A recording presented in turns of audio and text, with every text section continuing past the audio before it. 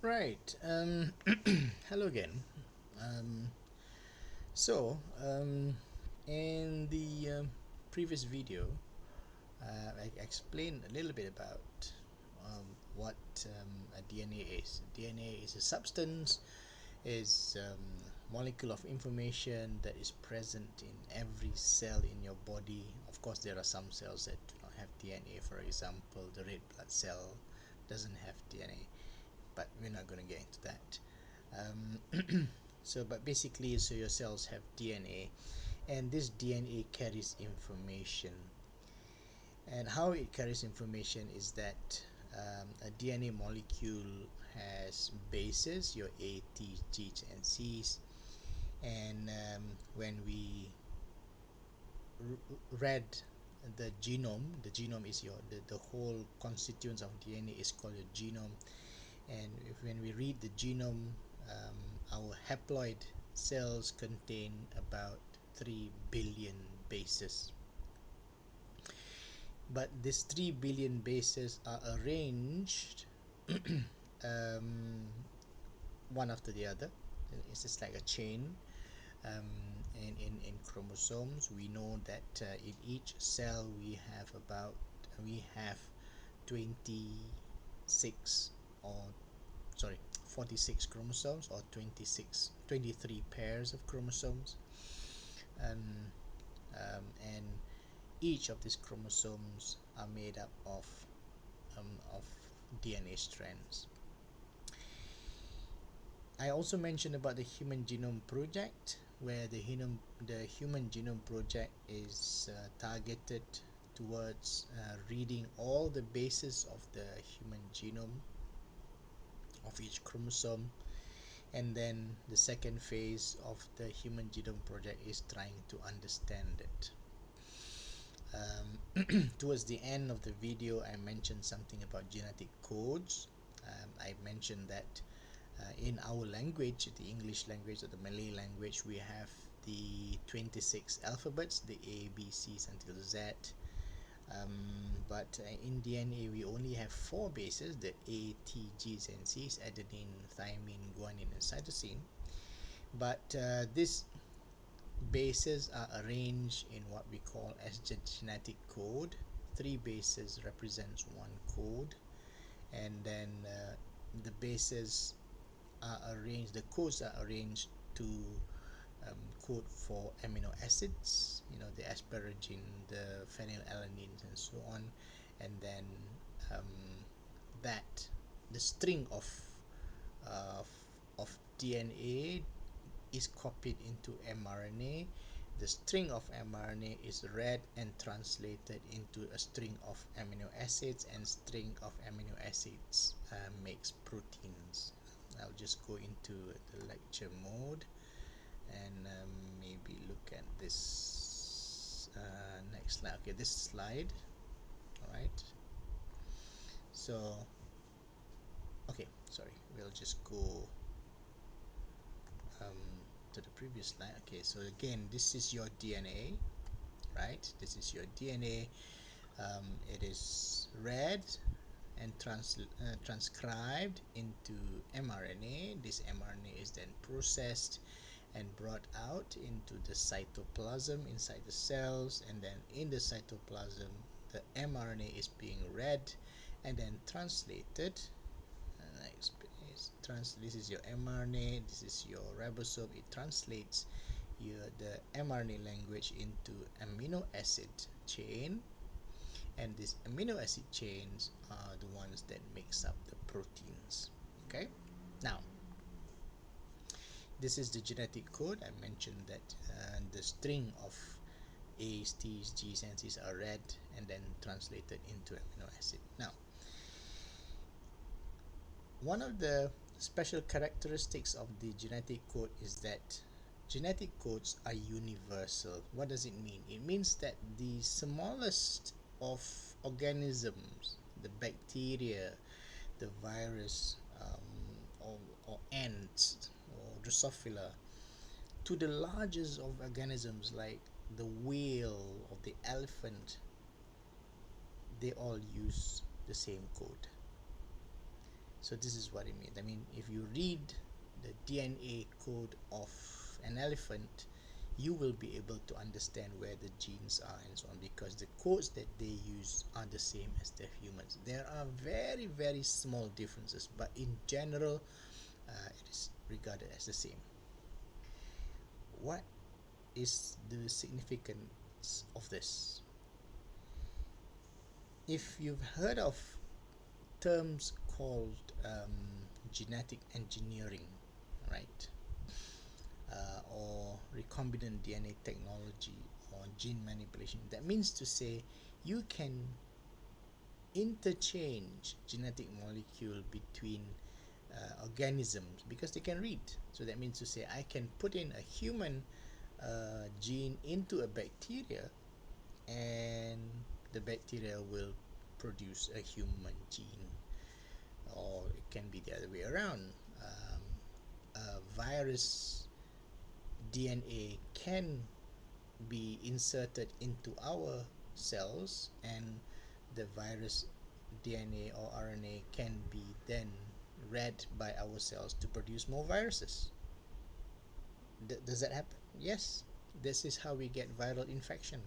This is how COVID works. You know, COVID-19, you know, the virus inserts its genetic material, and our cells read the material and then use it to produce more virus. All right? And all this because the genetic code is universal. That means how it can be, um, uh, for the good and for the bad of it, it can be read across different organisms. Now, let's look at the positive side of it. So what we can do then is that perhaps we can, this has been the basis of genetic manipulation. That means to say, if you heard of one of the first genes uh, that are produced in that one of the first genes that is used in biotechnology is the production of human insulin in bacteria. What they do is that they get the human gene out and then put it into the bacteria and get the bacteria to produce. So now bacteria becomes something like a factory. This picture illustrates what can be done. For example, this is DNA of interest. This is your bacteria. Now bacteria has its own genome, the bacterial chromosome. It also has some other pieces of DNA that can be manipulated. In this case, it's called plasmids. So you can get the plasmid out, and then you can modify the plasmid, right?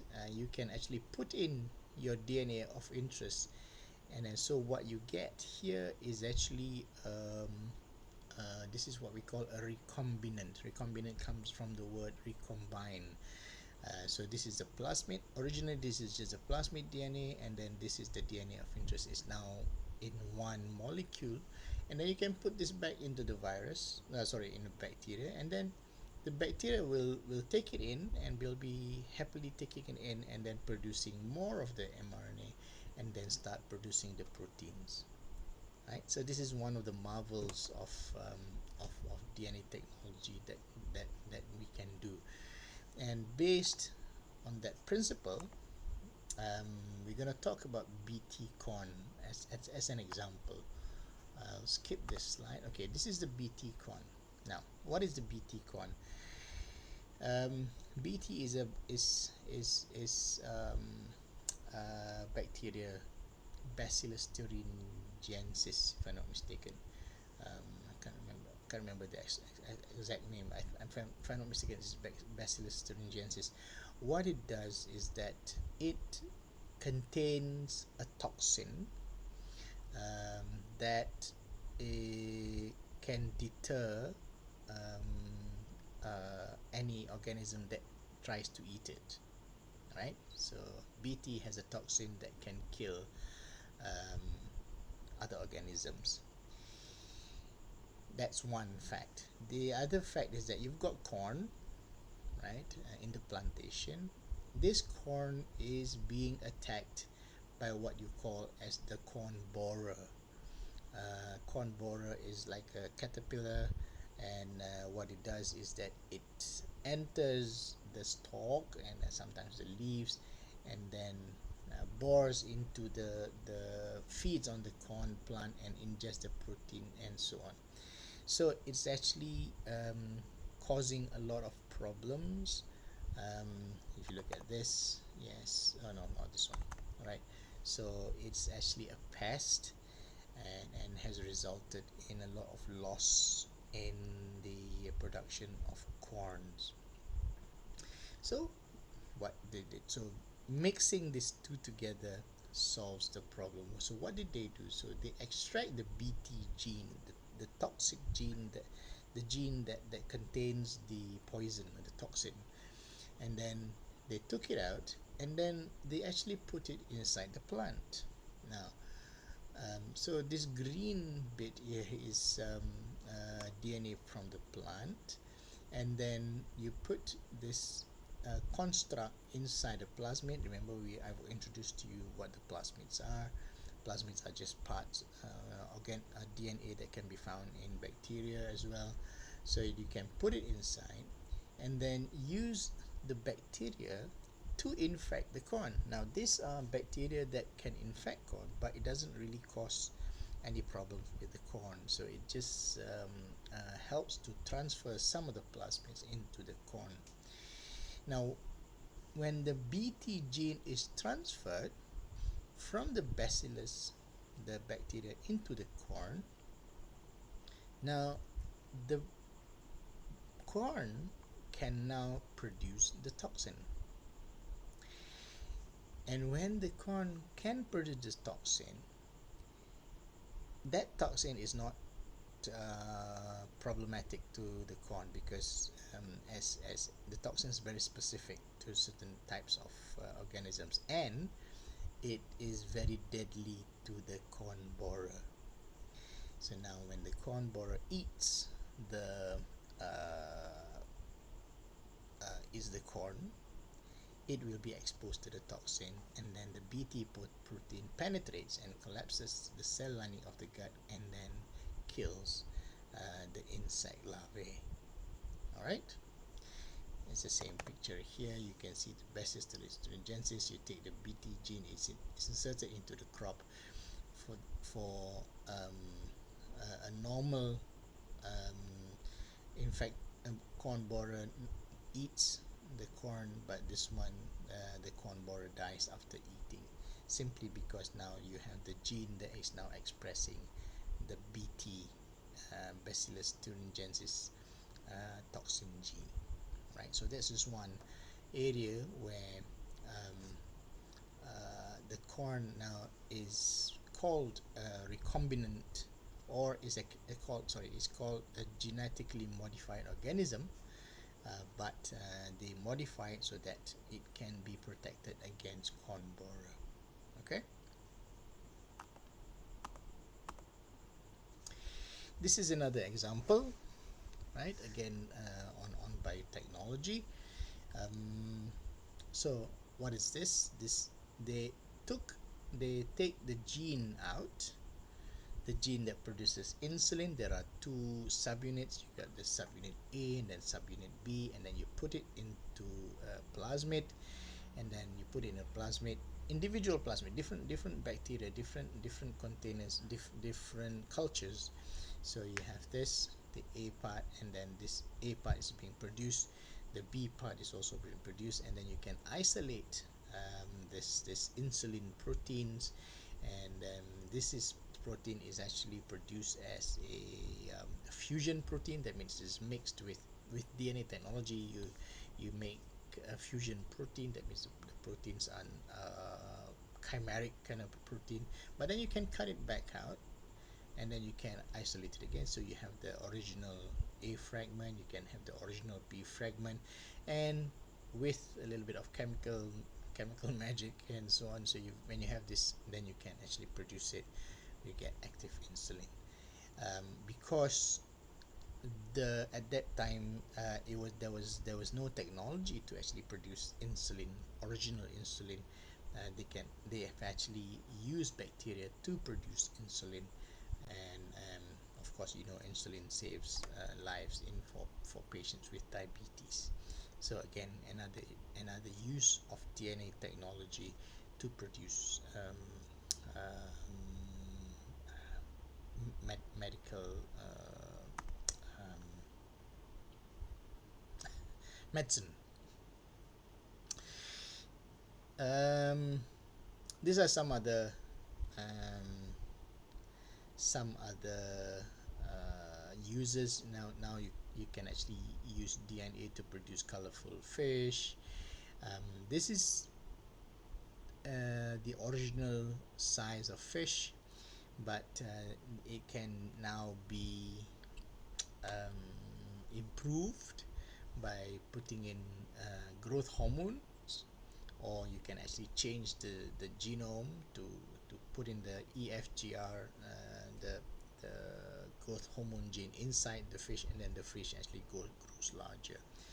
And of course, I don't know, I hope you have heard of this. This is the first cloned animal, the dolly, where they actually took cells from the mother, and then used an old cell to actually put in a new material into the nucleus to become and to develop into a new organism, a new sheep, right? So these are some of the things that can be done with DNA technology. There are various names that are being used, all actually mean the same. They're just some people use the term gene cloning, gene splicing. Splicing means putting things together. Molecular cloning is another term people use. Gene manipulation, how you change genes and so on. Genetic engineering is another popular term, and of course, in the lab we normally call it recombinant DNA technology, or technology to recombine DNA to make new combinations. These are just a repeat. So you have the cloning vector. Cloning vector is like, you know, what plasmids or even viral DNA can become the cloning vectors. They can use, and then you can construct recombinant DNA, and then recombinant DNA then can be used to produce proteins of interest. So again, it's the same thing.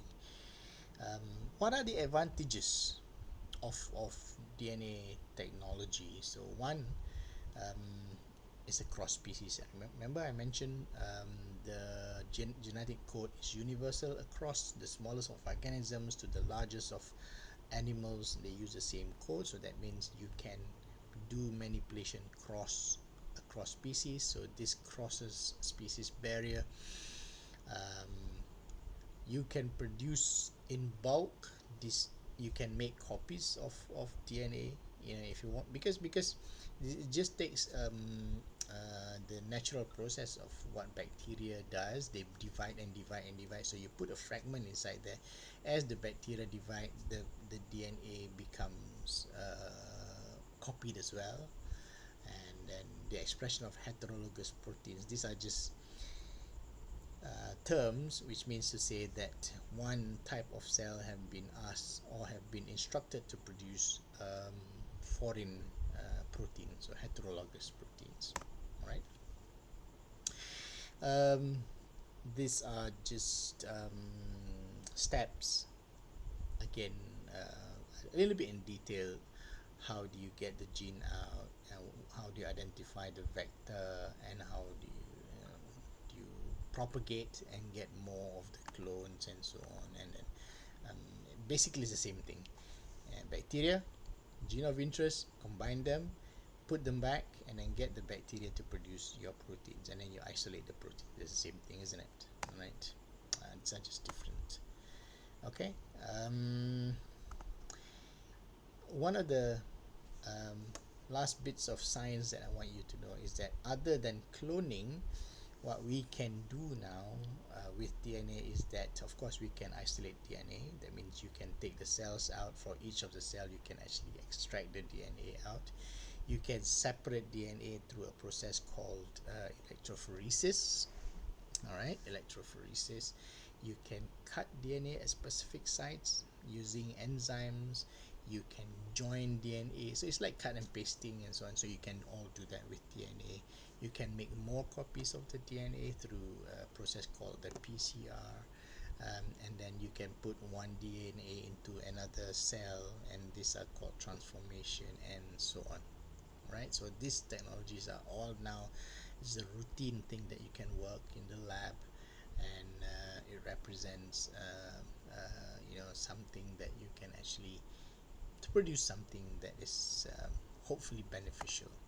Okay, now um, so um, again, the as I mentioned earlier, the whole idea of this course is not really to want you to understand every bit about design technology, but basically to understand the concept of what's possible and what's not possible.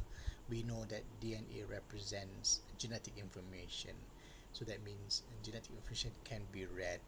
We know that DNA from one organism can be transferred into another. Of course, there are some limitations here and there, and so but those are the general items. And nowadays, I don't know whether you've been following the developments of genetic technologies and so on. Is what people are talking about now is gene editing. That means you can actually change your DNA, make corrections to your DNA, and that technology is now available.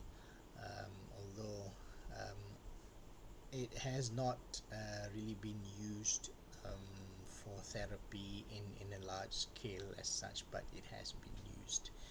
And I think later on, if you look some of the papers that I presented inside and that I give you inside Spectrum, there are some papers that discuss some issues with DNA editing and so on. All right. That would, I think, be sufficient for now, and I'll produce and I'll give you more videos to explain some of the papers that I give inside Spectrum. All right.